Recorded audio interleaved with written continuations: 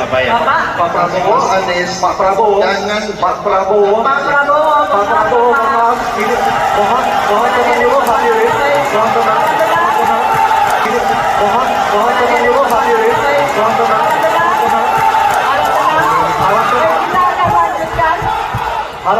harap tenang hadirin. Bapak. Baik. Ini adalah salah satu ancaman non-tradisional yang makin hari makin nyata dirasakan di Indonesia. Kita merasakan keluarga-keluarga kita, HP, komputer. Baik, terima kasih Pak Anies. Kami persilakan kepada calon presiden nomor urut 2, Bapak Prabowo Subianto, untuk menanggapi calon presiden nomor urut 1 dengan waktu 1 menit saat Bapak berbicara akan dimulai. Silakan Pak.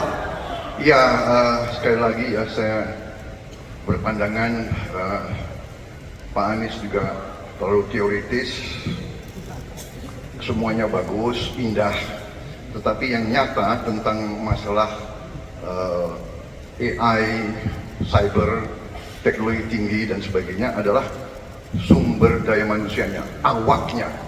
Saya begitu jadi menteri, saya membentuk 4 fakultas baru di bidang sains, teknologi, engineering, dan mathematics. Kita menyiapkan putra-putri kita terbaik untuk menguasai teknologi, untuk menguasai sains, untuk menguasai artificial intelligence, untuk menguasai cyber. Bukan barang yang kita beli, kita harus kuasai know-how-nya, kita harus kuasai sistem yang harus kita pegang. Dan menurut saya itu adalah inti daripada masalah. Tidak hanya bicara-bicara yang baik-baik saja. Waktu sudah habis Pak. Baik, hadirin kami harap tenang. Hadirin kami harap tenang.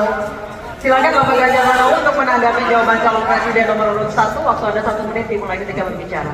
Yang pertama, kita mesti menguatkan BSSN. Dan kita penting untuk membuat security system yang baik.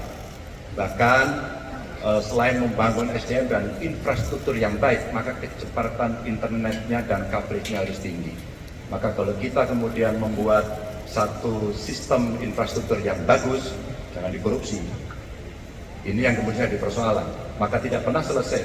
Dan tentu saja LPDP itu punya potensi yang sangat tinggi untuk memberangkatkan orang-orang, anak-anak hebat ke sana. Namun demikian, ketika mereka sudah balik, mereka mesti diberikan ruang untuk bisa bekerja. BRIN bisa kita libatkan. Mereka bisa membuat kolaborasi yang sangat bagus. Bahkan kemudian pengamanan di kepolisian, saya kira perlu cyber institution yang dipimpin oleh Jenderal Bintang 3. Dan kita perlu duta besar cyber. Baik, masih ada sisa waktu. Baik, cukup. Dan sekarang hadirin harap tenang, kita berikan kesempatan kepada 3 orang capres kita untuk berbicara. Kami persilakan pada Pak Anies untuk menanggapi 2 capres sebelumnya. Silakan Pak Anies, waktu 1 menit.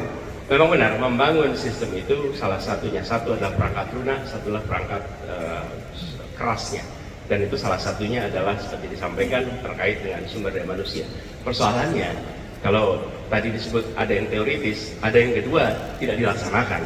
Jadi selama 5 tahun ini, apa yang dikerjakan dalam mempertahankan sistem cyber kita? Mohon di situ letak problemnya.